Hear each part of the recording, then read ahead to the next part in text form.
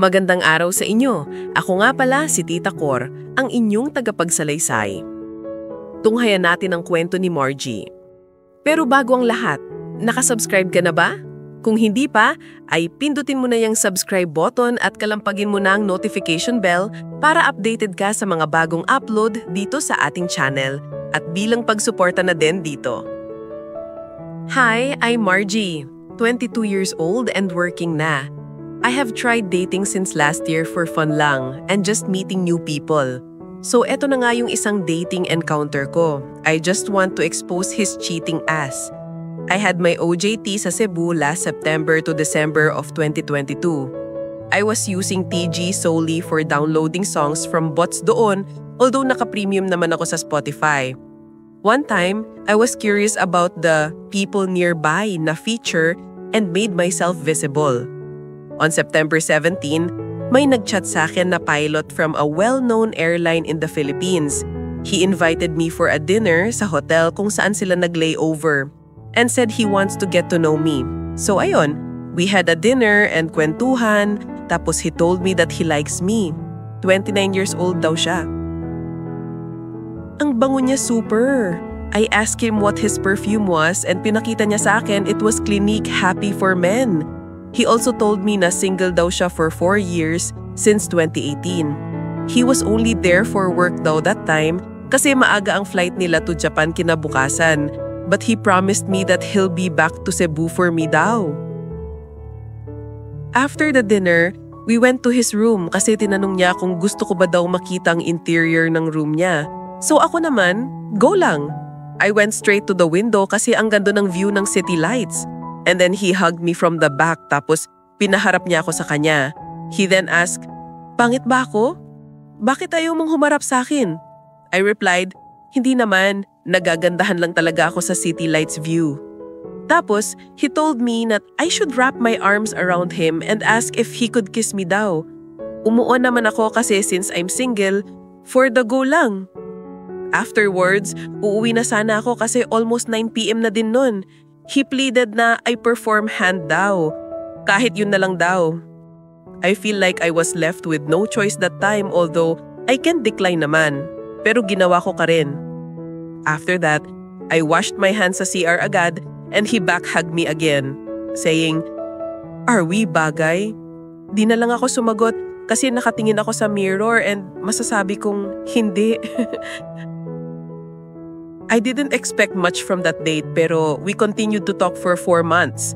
Lagi niya akong ina-assure that he'll never ghost me, he'll wait for me until I graduate kasi alam niya daw na priority ko yung studies ko ngayon. He sends update kung nasaan siya, anong country sila at that moment. He even told me na good daw intentions niya sa akin. But he ghosted me on November just because I confronted him for that one photo na sinend niya sa akin as update na may 2016 sa background. Fast forward to January, through the help of the universe and my FBI skills, I found out that may asawa at anak na pala siya. For the record, wala siyang wedding ring when we met. I confronted him pero naging sad boy lang siya and even offered to back me up to be a flight attendant, which I of course declined. I told the wife everything using a dummy account, but I suppose di niya nabasa. Around April, I got a connection with the wife and even befriended her. The wife was very, very kind. Ewan ko na lang, di niya deserve yung pinagagawa niyang husband niya sa kanya. She has a high-ranking position in a well-known insurance company. By the way, taga-Taguig sila. I almost bought a license as a financial advisor sa insurance company ni wife, just to get close to her. I'm not planning anything bad. I just gotta tell her the truth. Around June, I thought what happened to me was the worst, but there's something worse than mine pala. The guy has also a minor victim pala na taga-Taguig din. They knew each other since 2020, pandemic days. And to make things worse, napapayagan niyang makipag-tsorvahan sa kanya. The minor told me that was the most traumatic event of her life daw. Di ko natiis yung mga information na nakuha from the minor, so I decided to tell the wife everything. We did a messenger call and I told her everything. Walang reaction ng wife kasi sanay daw siya sa mga ginagawa ng husband niya. Nagsorry lang siya sa akin pati sa minor, then she blocked me na. Grabe sis, Margie, ang intense ng kwento mo. Para akong nanood ng teleserye na may halong documentary sa investigador. Unang-una, yung pilot na yan. Akala mo Mr. Suave na mabango pa with clinic happy, pero deep inside pala, clinic trashy. Ang galing niya mang-gaslight at magpabango ng kwento. Pero sa huli lumabas din yung tunay na amoy at hindi siya happy. Yung part na, are we bagay? Tapos ikaw nasa harap ng salamin at iniisip mo na, hindi. Oh my God, parang eksena sa sitcom yun eh. Kung ako yun, baka nasabi ko pa, bagay? Oo, bagay kang iwanan. Tapos yung ghosting after mag-assure na he'll never ghost you, classic. Mga lalaking parang Shopee checkout. Promise, COD. Pero pagdating sa delivery, canceled order.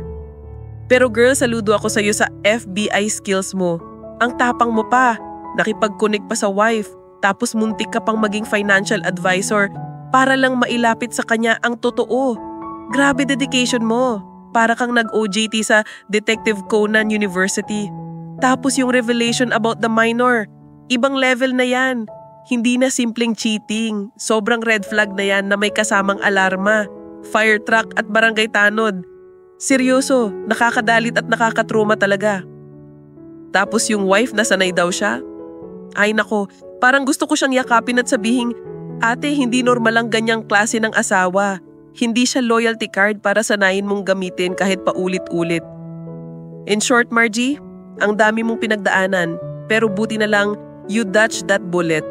Hindi siya pilot, isa siyang certified plane crash ng buhay ng mga babae.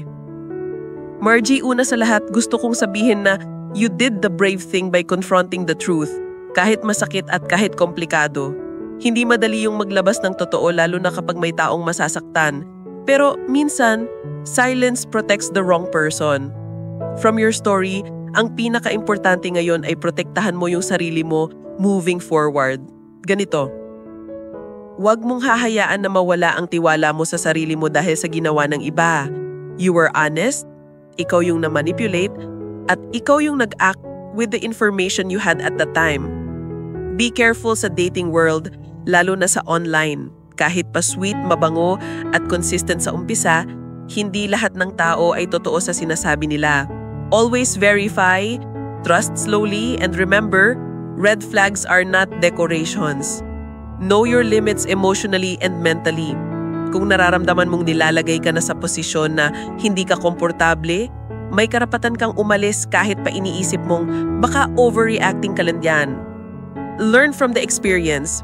Hindi ito para sisihin mo yung sarili mo, kundi para mas maging matatag at mas wise ka sa susunod.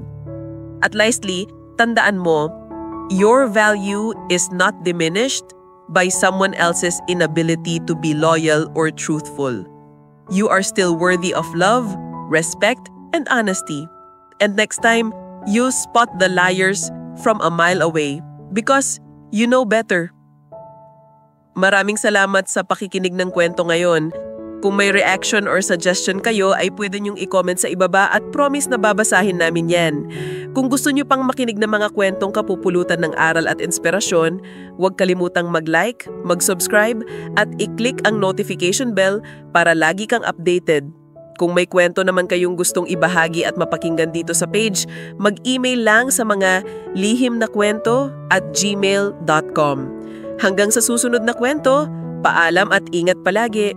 Lalo na sa mga taong daig pa ang mga barbero sa galing mag-groom.